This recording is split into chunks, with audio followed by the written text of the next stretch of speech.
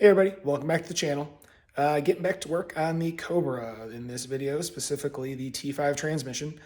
This is going to be part two. Last video on the transmission, I did about half of the reassembly, got the counter shaft and main shaft reinstalled in the box. This video is going to revolve around getting the tail shaft housing on and the input shaft and getting all of the backspacing and whatnot set via shim, so everything is in spec, and then doing the final assembly of everything so this thing can get put back into the car. So that being said, I'm gonna go ahead and get the camera turned around and get to work. All right, so last video I went ahead and got the ended it after getting the main shaft slash output shaft installed in the case. So the first thing I'm going to start off in this video is I need to grab the top cover as well as the tail shaft housing. Go ahead, get those cleaned up, all the old gasket material off. I previously cleaned this up and removed it, but I need to do that on those two housings. And then it's going to be installing the tail housing temporarily, so I can go ahead and grab the new input shaft and retainer and start working on getting the correct back spacing set via shim, getting everything shimmed so this thing's nice and tight and within spec. So first I'm gonna go grab those two parts, get them cleaned up, and then we can get to work on the remainder of this assembly. All right, so I got the top cover and extension housing here. First thing I'm gonna do is wipe everything down a little bit just because it's kind of grimy from being in the car. Once that's done, I'll go ahead and I'm gonna take the bristle brush like I did on the main case and clean up all of the mating surfaces. There's also an O-ring that needs to be cut off of the shift housing here because that will be replaced. That is hard as a rock right now. But yeah, pretty straightforward. So gonna go ahead, get things cleaned up, and I'll come back once that is all done. All right, and went ahead, cleaned off the top cover, all the flanges and all the old gasket materials removed, and I wiped everything out. I'll do one more final wipe, down before I install it, but that's good there. And as you can also see, the top side, I wiped it off, cleaned it up, just using the mechanic wipes, the tub of towels. So that is the front cover, or the top cover. I also did remove the pin that goes in the neutral safety switch hole there, because as I mentioned in earlier videos, I don't use that switch. It's not part of my assembly. So why have that pin putting pressure on these rods and causing issues? So I am putting the sensor back in there, but I did already snip the wiring harness off of it. I'm just basically using it as a plug. So I did remove that through pin, so I'm not gonna be using that anymore. So I'm gonna go put this off to the side. Now I need to work on the tail housing. All right, and here tail housing is as clean as I'm gonna get it. I wiped everything down with tub of towel wipes a couple of times. Also used bristle brush to clean off both mating surfaces. I still have to do the final wipe down with some brake cleaner on a rag before I put sealer on them, but everything as far as the old sealer has been removed. And then I also pried out the old rear seal, so that's been removed as well. Those can be a bit of a bugger. The way I got this one out, because it did not want to move, you're supposed to use a tool where you kind of angle in and it'll hook behind the lip on the inside of the seal and you just leverage it out. It did not want to pop, so I had to use a small flat blade screwdriver and work around the lip that sits flush against the end, just to try and bend that in a little bit all the way around to loosen it up somewhat, relieve some of the pressure, and then I was able to pry it out the way you're supposed to. So just a heads up on that. So now that the housing is cleaned up, I'm gonna go ahead and work on getting fifth gear and that all that linkage reinstalled, because that needs to be put in. And then what I'm going to be doing is temporarily installing the rear housing and the front bearing retainer and input shaft, so I can work on setting the preload, make sure there's no end play on the main shaft before I do the final assembly. All right. Back up top, and I grabbed my new fifth gear, and this is the large gear because again I'm changing the ratio based on the new 295 first. So it is a 25 tooth lower or smaller gear and then a 51 tooth larger gear. So what I'm going to do is get the gear, get that installed on the counter shaft where it goes, and then I also need to put together the new synchro mechanism. This is the new synchro ring for 5th, and then put the slider back together, and I can get that all installed. So let me get this maneuvered a little bit, and then I can walk through the installation. All right, so I went ahead and gathered the parts I'm gonna need for this. So here's my new 5th gear and my new 5th gear synchro. I'm gonna go ahead and put this on first with the synchro. I am gonna put some of that assembly goo on the inside of this just so it'll be nice and lubed up on the shaft. And then I will put some on the inside of the synchro. I did already put some ATF on this, and it's been sitting in the ATF, but I figure I put the assembly lube on the where it meets the gear, and that'll just help that much more. So once that's on, I'll get to work on putting together or reassembling the slider for it, because the keys popped out when I took this whole thing apart, and I had new keys and springs and everything for it anyway. So I'm gonna go ahead, get these installed, and I'll be right back. All right, here you can see 5th gear is on, as well as the synchro, and then again, I did put some of that lube to hold it in place. One thing I'll note is make sure the race for the main bearing, or the rear bearing on the main shaft, is most of the way in place, because if it's sticking out, 5th gear will not go where it's supposed to go. It will not seat all the way. So next thing is going to be to put the slider together, and this is going to be similar to the 2 that are on the main shaft. Take out the old springs and keys if you have not already. Make sure everything fits pretty good, which this one does, and then you'll basically drop in the 3 keys, put in the first spring with the tab in one key, if say it's that one, walk it into place, flip it over, put the other spring in, tab in the same key, in reverse rotation, and that'll hold everything equally in place. So I'm gonna go ahead and get that done. All right, and here you can see springs and keys are reinstalled.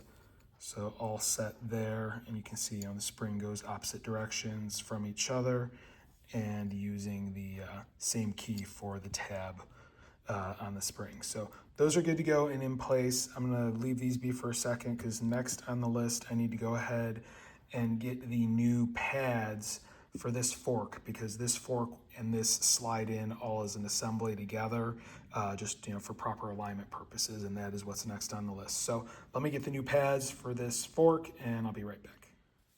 All right, and here's the fork, and I put on the new, these are brass keys that I'm going to be going with, or brass pads on all of the forks. So I went ahead and popped off the old plastic ones, put these in. They are a tight fit.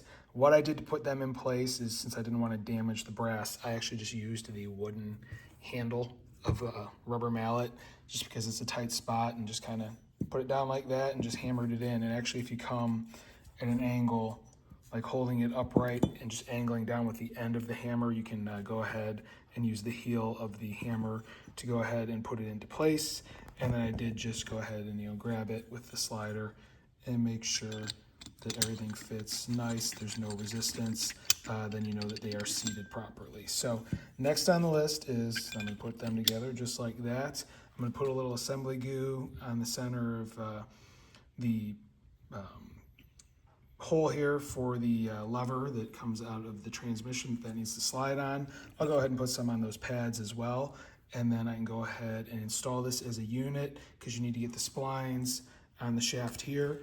And then one thing to note is this synchro for 5th, those 3 notches in the synchro need to match up to the 3 keys. It'll be on the other side of this, because this is the face that faces out. This is the face that goes up against the 5th gear. So make sure you align the synchro with the 3 keys, or else it will not fit into place and cause you all kinds of problems. All right, and here you go, it is installed. One thing I forgot to mention, make sure you have the fork oriented properly. The flat goes towards the back. The indentation that's kind of like goes around the 5th gear, kind of give you an idea on that. If you have it the other way, it will not line up. I also did use my punch and made sure the holes lined up with that rod and the fork. So next thing to do is going to be to put in, you're either going to have a reverse brake and another synchro, or you're going to have a key retainer plate. I don't have a reverse brake, so I have a key retainer plate. This just goes in, holds the 3 keys in place from this side, and then there is a snap ring there that holds it in. So you'll go ahead, use that to put that in place. One thing I do also want to mention is installing this hub. I did have to tap this in with a hammer. So while it was outside of the counter shaft, it was just tapping back and forth, lightly tapping, locking it in. Then once this flange was flush With the counter shaft, I just used a punch and then went back and forth side to side to get it to seat. And again, I made sure that the actual synchro lined up with the 3 keyways and it wasn't binding up anywhere. So I'm gonna go ahead and get the clip or the retainer plate and C-clip or spring clip installed, or C-clip installed, sorry. And then I'll go ahead and run the punch through this hole, or run the pin through this hole using the punch. Make sure you do support it from underneath so you're not bending the connecting rod. All right, and here you can see pin is in place. So my little tip trick that I'm going to give you for this one is put the punch in through the bottom to keep everything in alignment, and kind of use your hand and that punch to support it as you start the pin from the top. Because if you just start the pin and you're hammering on it, things are most likely going to shift out of alignment and it's going to cause you a headache. So just slowly tap it down while holding the punch from underneath, and as the pin hits the punch, it'll work the punch out. But that way you're going to keep everything aligned. Also went ahead and just lightly tapped in the oil slinger that I'd removed previously. So as you can see, everything as far as 5th gear and the linkage is reassembled. So what I'm going to do next is get this thing pivoted around a little bit, and it's going to be time to put on the tail housing. Again, I'm not sealing it. This is just going to be for setting end play as far as the input shaft goes. So I'm going to spin it, I'm going to get the tail shaft on, just run a couple bolts into it to tighten it up, and then spin it sideways, and then I'll come back and we can work on getting the input shaft installed and work on the backlash. All right, tail housing is on. Again, just use 2 bolts, one on each side, one here, and then the lower one on the other side. Obviously, if this was a final assembly, you would need to have your shifter cover on first because that fits into the tail housing as far as the rod goes. But again, I'm just doing this to set up the backlash or back spacing on the input shaft so everything is good and in alignment. A couple things to keep in mind putting the tail shaft housing on. You have that rod that needs to line up into a pocket. You also are going to have the shaft that needs to go through, and the bearing race needs to fit into a pocket in this. And then if you have a reverse brake on that 5th gear, you have a tab on that reverse brake that needs to fit into a groove in the tail shaft housing. So make sure everything as far as those go is in alignment. So next up is going to be my new parts. I have my new input shaft / 4th gear. I need to get the new bearing pressed onto it, which you can see here. So I'm gonna go walk over to the press this on. Pretty straightforward. You can actually use the race to press against it, kind of put it upside down and press it through. So I'll put a little assembly goo on the shaft, get that bearing pressed on, and then I'll come back from there. It's really nothing that you need to see the details on. All right, you can see the bearing is pressed on. That was pretty easy. Again, I just had it upside down. We had the race over it sitting on the 2 plates on the press, and I was actually able to use the ram of the press down the center bore right there, fit perfectly and pressed right on. So next on the list is, and before I install that, I need to put the 16 rollers inside of it. So I'm going to go ahead and put some grease inside the bore and then put them in one by one. You do need to slide the last one into place in between the remaining 14. You can't just pop it in, it needs to slide in. So it's kind of a pain in the butt, but use a lot of grease and be patient, and you should be able to stack them inside the bore. All right, and you can see all of the rollers are installed. You should have one extra. They normally give you an extra one just out of mercy, I guess. And I did put a little assembly lube on the race where the synchro is going to hit. So here's the new synchro. That's going to get slid on, and then you're going to have a needle bearing, or not a needle, a flat roller bearing. That goes in first against the machine surface inside of there, and then there's a spacer that goes on the other side. That spacer goes between this roller bearing and the machine surface here on the slider hub. So go ahead, install those pieces, and then walk this in through the hole. Remember from disassembly, there's that little notched portion there. That needs to clear the 4th gear on the counter shaft. As you can see, it kind of sticks up in the hole there. So that's how you get it aligned and in place, and then walk it onto the end of the output / main shaft, and then we can go from there. All right, here we go. Everything is in place. One correction, the synchro, don't put it on the input shaft. You actually need to get it seated inside of the hub here, line everything up, because this isn't going to clear the 4th gear on the counter shaft with that synchro ring in place, because that doesn't have the indentation in it. So just make sure you get it snapped in underneath the 3 keys and all lined up properly there. And that'll actually kind of hold it. I still held it with one hand as I walked this in from the side with the other hand. So good to go. Everything's in place there. One note is, my new flat roller bearing that came with my rebuild kit did not fit inside of my new 4th gear input shaft. The old one did, and the old one looked like it was a good shape, so I just went ahead and reused the old one. So one little knock there on the rebuild kit, but is what it is. So next is going to be to install the new retainer and the bearing race, and I'm going to reuse the original shim to start and then get everything tightened down and see where my end play is. This is the new retainer I got from AMP. A couple of notes on it. This had a seal already in it, so you can see I put some assembly goo on it.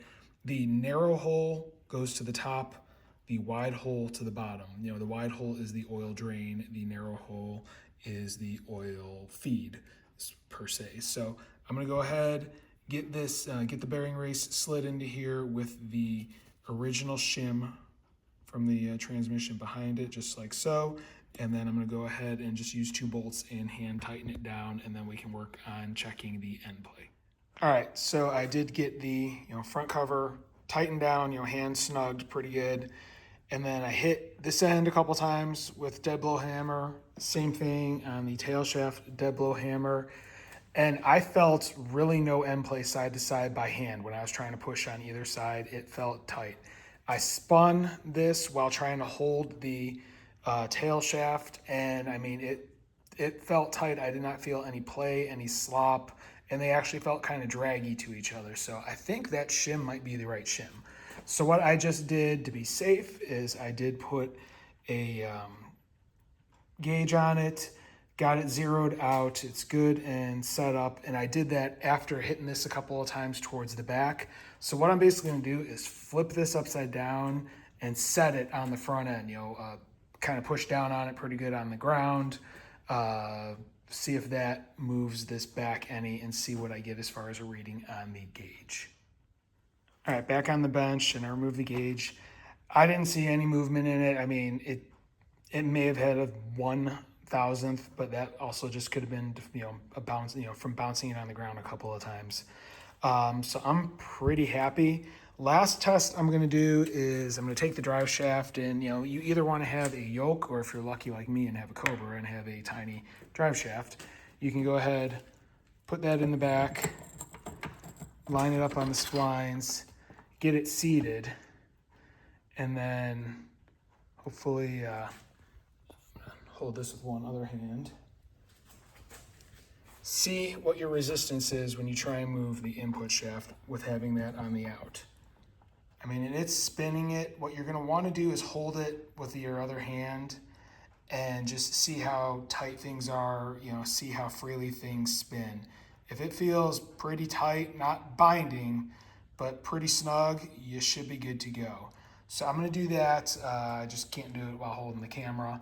And also, this is a good time to check your tail housing bushing. That spline, if it's got any looseness to it, that yoke where it goes in the back, if you feel a lot of movement, it's time to replace your bushing. Mine feels good and tight. I already tried this once before. The rebuild kits will come with a new rear bushing. They're a pain to replace, and you almost have to ream them to fit. So you're almost better off just buying a new tail housing if you need it. But yeah, mine feels pretty good and tight. I don't have a whole lot of play with my drive shaft. But anyway, I'm gonna put this down real quick, grab the drive shaft one-handed, check everything, make sure there's, it's not too loose and it's got enough drag on it, and I feel pretty comfortable with it. So hold on, I will be back. All right, so yeah, I've been messing with it, and I kind of wedged this here against my vise so you can see. But I mean, I can twist it. It definitely has resistance, but I'm not here or feeling any binding that would make me uncomfortable. And you can see the drive shaft's not moving because the vise is holding it in place where it's, held up against it. So, I mean, I do have free motion, but it definitely takes a good amount of effort to twist it. So there is not any looseness there. This feels like it's gonna be pretty good and tight. And, being that, like I said, I couldn't feel any end play by hand, and I barely noted any on the gauge, and like I said, it could have just been from bouncing it. Those things are sensitive. That very well could have just been what I was seeing. So I am going to call end play good. I lucked out on this transmission using the original shims on both the counter and the input shaft. Let me get the drive shaft removed from here and move on to the next. Real quick, this is where you would want to check your bushing, like bounce up and down and see if you can feel any play, and there's really none. It's the whole thing is moving. It's pretty good and tight. It takes a little, not effort, but you have to have it perfectly lined up to get the yoke to slide into place. So that tells me the bushing's in pretty good shape.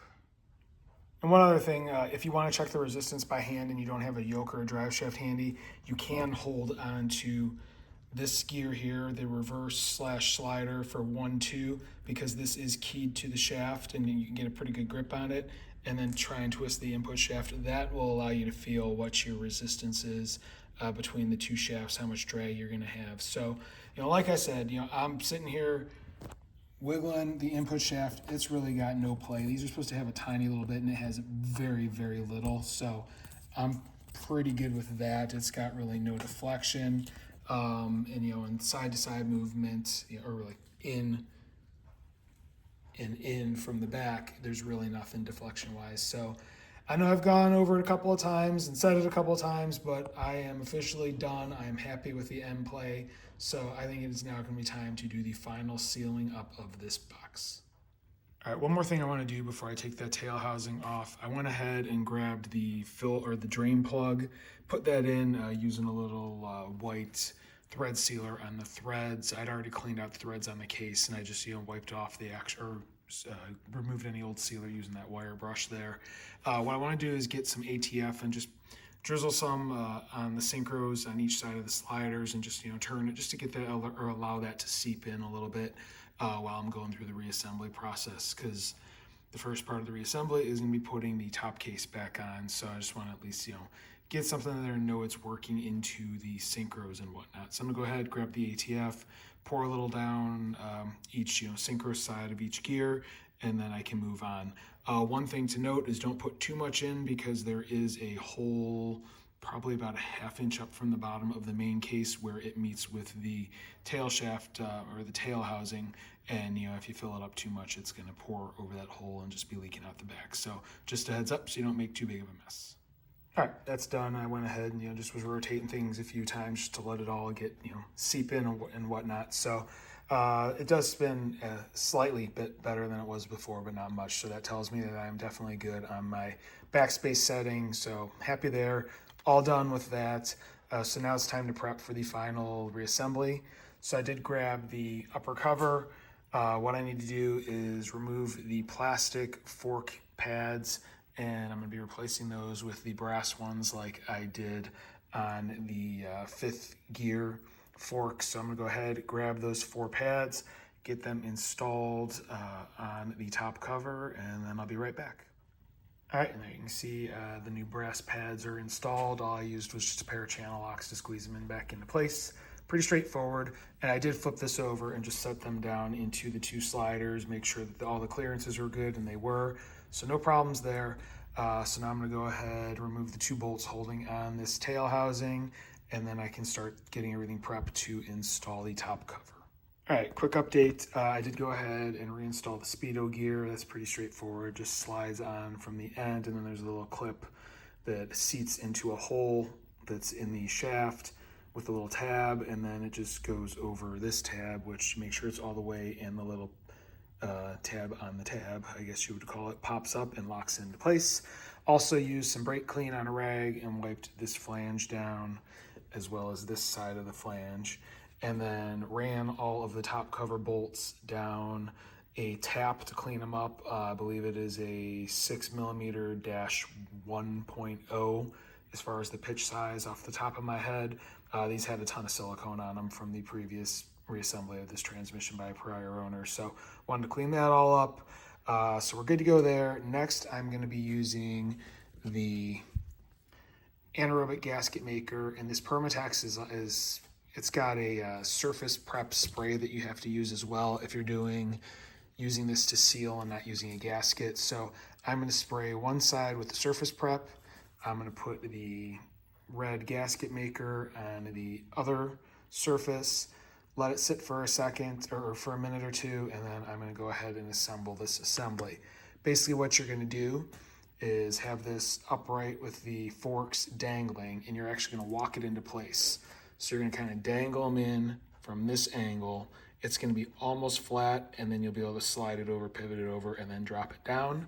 Once that's done, you go ahead and put the two shouldered bolts in. That's going to be the front corner here and this back corner here. That's your alignment. Once those are in and hand tight, then you can put the rest of them in and get to torquing. So I'll go ahead and come back when I am at that point and ready to go. And just real quick, there is the sealer on that flange, and this is tacking up with the spray. So I'm gonna go ahead and drop this into place because it's been about a minute and a half and should be ready to go. All right, and top cover reinstalled, and everything is torqued to 80 inch-pounds. That is inch-pounds for all the bolts. I basically just started with one and worked circular and went back around one more time. Good to go. So that can go ahead and cure. Next thing I'm going to do is the neutral safety sensor. Remember, I said in a previous clip that I removed the push rod because I don't use that sensor. I'm only using it as a block-off plug. So I'll go ahead, grab that, clean up the threads, put a little thread sealer on them, get that reinstalled now that that bolt's in, because you can't get to that bolt if that sensor is in place. I also have the O-ring from my rebuild kit that I need to put on here. It just, just slide it over and roll it into the groove that is on the back of the housing there. And then I will go ahead and all the bolts for the extension housing, I'm going to go ahead and clean up those threads, and then I'll come back. All right, you can see I got the plug in there. It's tightened down, O-ring reinstalled with a little bit of oil on it. I went ahead and wiped down this side as well as that side with some brake clean on a rag. And then I also chased all of the bolts with a 10mm by 1.5 pitch die, just to clean, any of like the thick sealer off of them, because these were all full of goop. So next thing I'm going to do is use the anaerobic gasket maker. I'm going to spray the extension housing, and then I'll run a bead around this side of it, and then I can start getting everything installed. So I'm going to do that, let it tack up, and then I'll be right back. All right, so I've got the tail housing sprayed, and then I've got a bead run on this. To note, the top two holes on this do go into the casing. So one, you're going to want to put sealer on the bolts. Two, I always just go all the way around. Better to be safe than sorry. Next thing you want to do, make sure it is in neutral where you have the shaft sitting. So that is a good spot, because you're going to need it there for, there you go, for aligning the block for the shifter, because you're going to have to put this in along with the tail housing. So basically what you're going to want to do is put the ball in like the neutral notch of the gate here on the tail housing right there. And then you're going to push or put the spring inside of that block and hold it in place there as you are sliding this on to the shift shaft / transmission. You can worry about lining up the holes at a later time, but you at least want to get this started into that block to hold that block into place so things don't go flying. So what I would do is put a little grease on the end of this so it's good to go into that block as you're aligning things. So that being said, I'm going to go ahead, do what I just said, get it all lined up, and slide the tail housing onto the transmission. Real quick, I'm just kind of in process, but just wanted to show I have it slid down to the point where the shaft's almost coming through. You can see where I have the ball there in the neutral gate. So next I'm going to grab the spring and the block, push it down, and then move everything forward together. All right, quick update. I got two bolts in, just hand tight, one on each side. As far as assembly, One, I forgot to mention in the previous clip, is if you have a reverse brake, make sure everything is lined up for that, because there's a tab in the tail shaft housing that needs to line up with. So double check that. As far as getting everything in, you can see I was able to walk the rod into this while holding it down, and then I just used a very small screwdriver and I was able to get that all lined up. So now my punch will go through like it's supposed to. So that is good to go there. The holes are all lined up as far as the shifter mechanism goes, so I can run the roll pin through when I'm ready.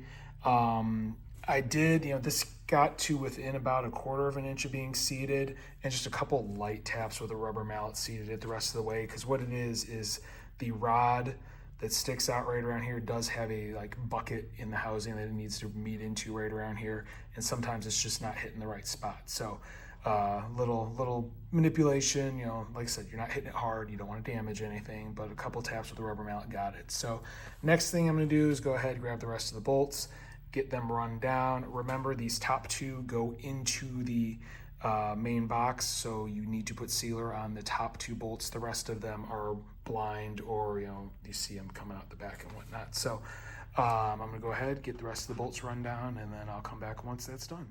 All right, and here we go. Everything is torqued down. I torqued these to 25 foot-pounds, and again, just worked my way around, did a couple passes, and again, put sealer on the threads of the top two since they go directly into the case. Once I was done with that, I went ahead, made sure this was still aligned, which it was, and ran the pin down. And then I carefully used a long screwdriver pry bar to just go back and forth and make sure it goes in all the gears. So I was able to go first, or front and back for 3, 4, and spun the input shaft, made sure the output spun properly, and then did the same thing 1, 2, and 5 and reverse. And everything's working fine. Now we're back into neutral and everything spins the way it should. So good to go there. So next part of sealing this bad boy up is going to be the front bearing retainer. All right, it's actually the next day, and I did decide that I was going to check things again since I had oiled everything up in the last clip, and I did notice that it seemed like I gained a little more end play than I had previously. So I think that was just from oil getting there and loosening things up. I had 1/1000th. So I went ahead and grabbed the thinnest shim out of the kit and put that in there, and now I'm back to being 0 end play while I can still spin everything, and I'm happy with it. So now I'm going to go ahead and proceed with sealing up the input retainer. All right, here are the 4 bolts for the front bearing retainer. I pulled them out and I just ran them all down a tap. It's an 8mm 1.25 thread on these. These do need to be sealed, all 4 of them, because all 4 holes do go into the main case. So that's why you want to clean them up so you can put fresh sealant on them when you do reinstall them. So I'm going to go ahead and pull the bearing retainer off, get it cleaned up and prepped, and then I'll walk through the installation. All right, went ahead and wiped all this down with brake clean as well as that flange. So what I'm going to do, I'm using the anaerobic on this as well.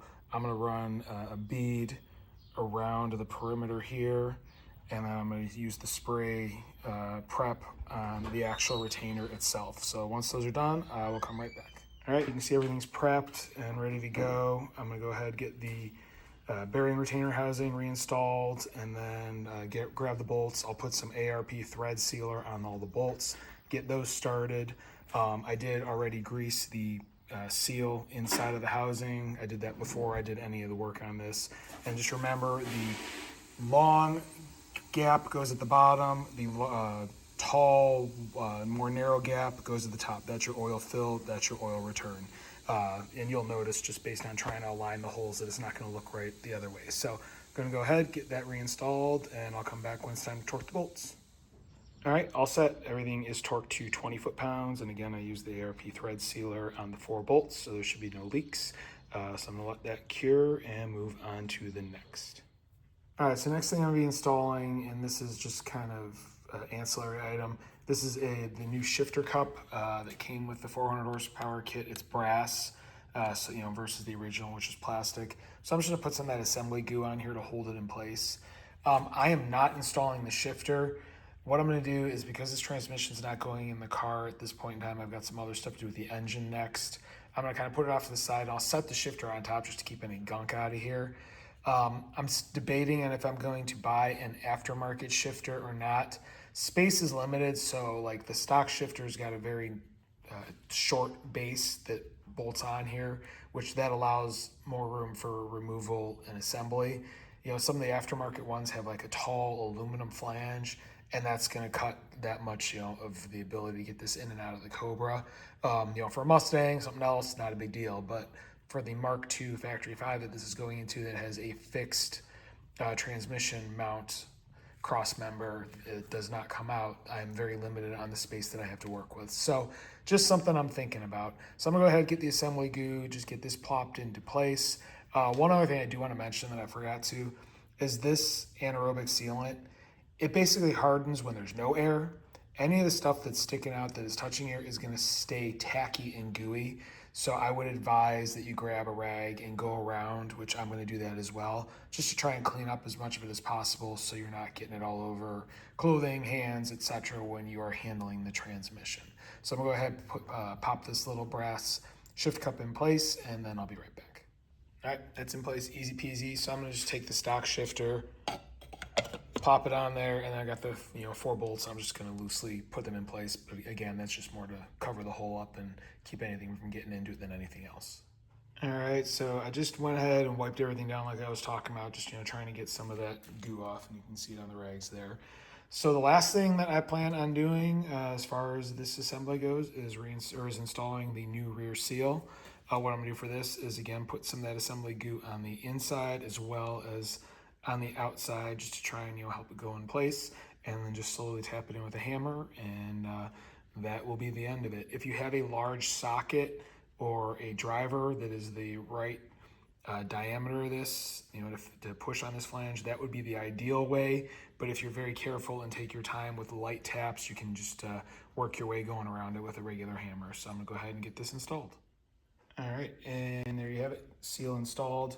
All right, so to be completely honest, I forgot how stubborn these ones are. They tend to want to pop themselves back out as you're going around. So what I ended up doing is I did have a bearing race laying around that was the right size, that matched up perfectly to the outer diameter. So you may need a piece of pipe, bearing race, something like that, that will fit that. And then I hit it a couple of times with a good heavy sledge. I mean, not hard, but enough where it would get it started and stay in place, because with the small hammer going around, you tap on one side, the other side pop out. It was very frustrating. So a good, solid, even hit with a sledge on that driver got it at least started where it stayed in place, and then I worked it in slowly with a regular hammer to get it flush. So new seal installed, job done. All right, and that is where I am going to end this video. That is part 2 of rebuilding the T5 transmission. Have it all together and ready to go in the car once I am done with all of the engine stuff I need to get to now, as far as resealing oil pan, intake manifold, replacing the front cover, and a bunch of other stuff. So those will be upcoming videos. So if you found this helpful, if you want to follow along, please hit like, please hit subscribe, please hit the notification bell. If you have any questions or comments, please leave them in the comment section below. I do review them and I will reply. I do have a second YouTube channel devoted to firearms. If that's something that interests you, please check it out. There is a link in the description of this video. I also have a Rumble channel related to the same items. Link to that in the description of the video as well. Below the video, you might see some merchandise. I do have a merchandise store. If you're interested in checking it out, items are below the video, or there is a link in the description. And that being said, thank you very much for watching, and have a great day.